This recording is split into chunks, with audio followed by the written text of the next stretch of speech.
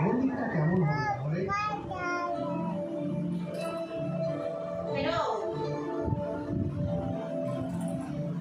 এখানে প্রতিষ্ঠাকালীন সময়ের কথা প্রায় 900 বছর আগে 3টি বিষ্ণু মূর্তি রয়েছে। এর মধ্যে 2টি বিষ্ণু মূর্তি অসম্পূর্ণ।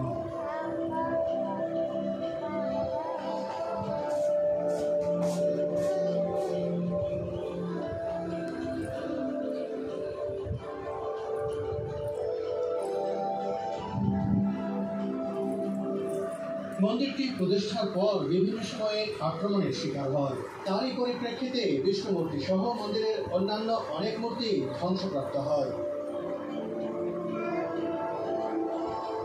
সুদীর্ঘ প্রাচীরে এই পথে যেতে অনেক ধ্বংসাবশেষই চোখে পড়বে।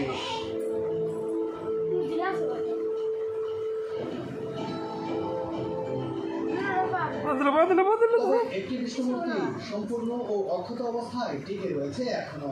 সেটি ভালো করে দেখতেই প্রাচীরের গলিপথ দিয়ে এগিয়ে যেতে থাকলো মন্দির কমপ্লেক্সটি।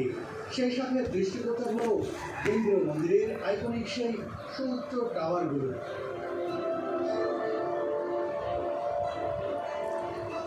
মূল দরজা দিয়ে সীমানা প্রাচীর অতিক্রম করতে গেলে দারুণ এই দৃশ্য দেখা যায়।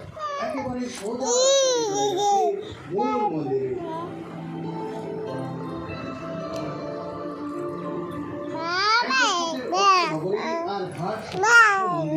সেই হিসেবে অ্যাঙ্কর ঘাটের পূর্ণ অর্থ মন্দিরের নগরী।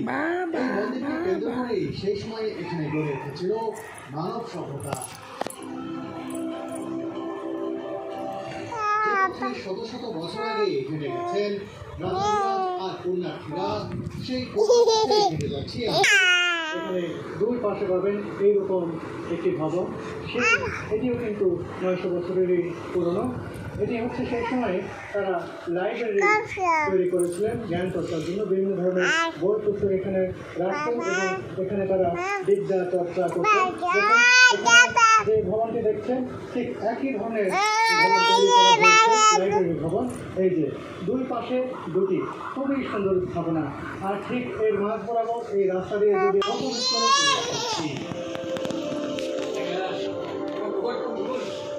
সুদীর্ঘ এক প্রবেশ পথ।